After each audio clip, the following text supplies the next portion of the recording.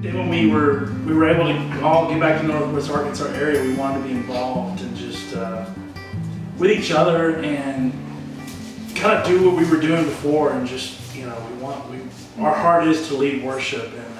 And worship is a lot of different things.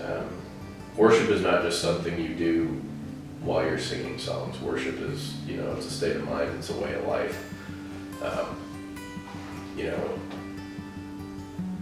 Bible talks about, all you do it for the glory of God. And I think that's a big form of worship, is if you're doing something and you're doing it your best because you know that what you do reflects on how people might see your relationship with God, and that's a big part of it. But it's also just again, it goes back to being honest with yourself, being honest with your closest friends. I mean, you worship God by being you, being real, and following Him. It just so happens that our gift to do that has been music for a long time. I think all of us can agree, at least I know for me growing up, majority of the Christians I was around were very quick to judge. They would not offer help to anyone, but they would sure tell you what you were doing wrong. And I became that, and honestly it came down to me meeting my wife and really showing me that, there's people in this world that may not share the same beliefs as you. They may not live the life the same way as you.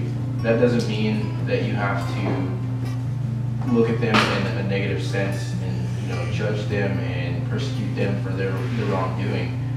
And I think that that this fellow citizens really sums it up. Like, even if they don't believe, they're still in this world with us. They're still our people, and we can't be casting stones and stuff at these people. You need to show them love and grace, and just bring them in, because casting judgment's not going to bring anyone in.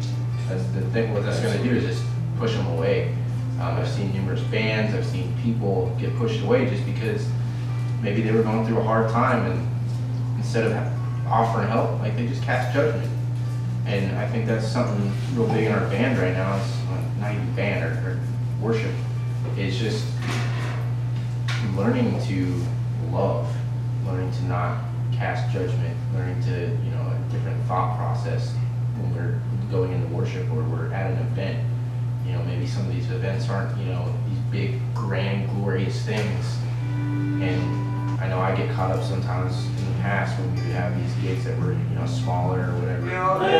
That's the wrong thought process. That's a closed-minded, just selfish person. And I think all of us, in a big sense, have opened up and, just learning to love people. And I think a lot of it comes with us just being in a different spot than we were when we went on the break. I think now we're a lot more authentic than we were previously.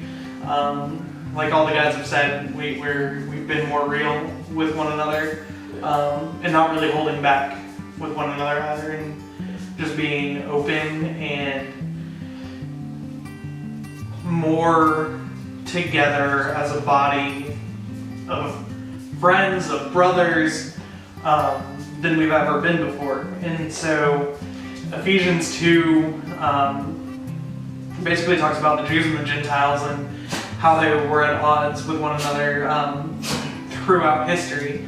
And basically in Ephesians chapter 2 verse 19, it talks about you are no longer strangers to one another. You are fellow citizens under God. And so for me, that means that regardless of that being Ty Sanders and me, Travis Blankenship, we are friends, we are family, we are under God's wheelhouse, under His protection, under His family. And so I felt like with us being more close and more honest with one another, that it was time for something to change. Yeah. We were all in a different chapter in our lives, and I think we all felt like it was time for Fan the Flames chapter to come to an end, and for fellow citizens to start. Eyes be open. Hearts be healed. Lives be changed. Amen. Amen. Amen. Amen.